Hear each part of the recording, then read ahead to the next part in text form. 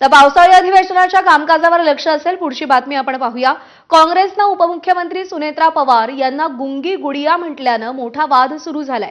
दरम्यान यावर आज राष्ट्रवादी काँग्रेसचे प्रदेशाध्यक्ष सुनील तटकरे यांनी पत्रकार परिषद घेऊन या सगळ्या संदर्भात आपली भूमिका मांडली।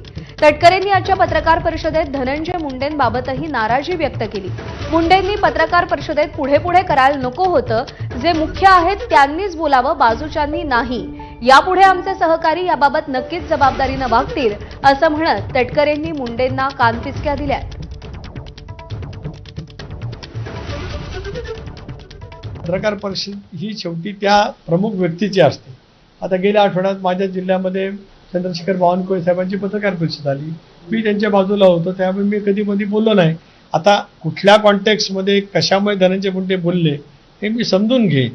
शेवटी पत्रकार परिषद ही मुख्य महनीय व्यक्तीची असते, अशा वेळेला बाजूला बसणं ठीक आहे, पण बाजूला बसून पत्रकार परिषदेमध्ये भाग घेणं हे सुद्धा काय योग्य असं मला वाटत नाही। ज्यांची पत्रकार परिषद आहे त्यांना बोलू दिलं पाहिजे, त्यांनीच बोलावं। पत्रकार परिषद त्यांच्या नावानेच असते, त्यामुळे त्यांनी संवाद करणं हा त्याच्यातला गाभा आहे, हा महत्त्वाचाच भाग आहे।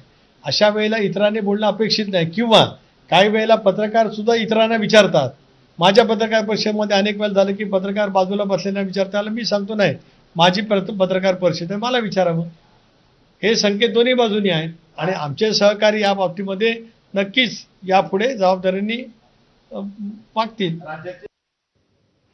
तर धनंजय मुंडे यांनी पत्रकारांना उद्देशून थांबा अशा सूचना केल्या होत्या। त्यानंतर सुनेत्रा पवार यांचा उल्लेख काँग्रेसकडून गुंगी गुडिया असा करण्यात आलेला होता आणि त्यावरून राष्ट्रवादीमध्ये प्रचंड संताप आहे आणि या संदर्भात सुनील तटकरेंनी पत्रकार परिषद घेतली।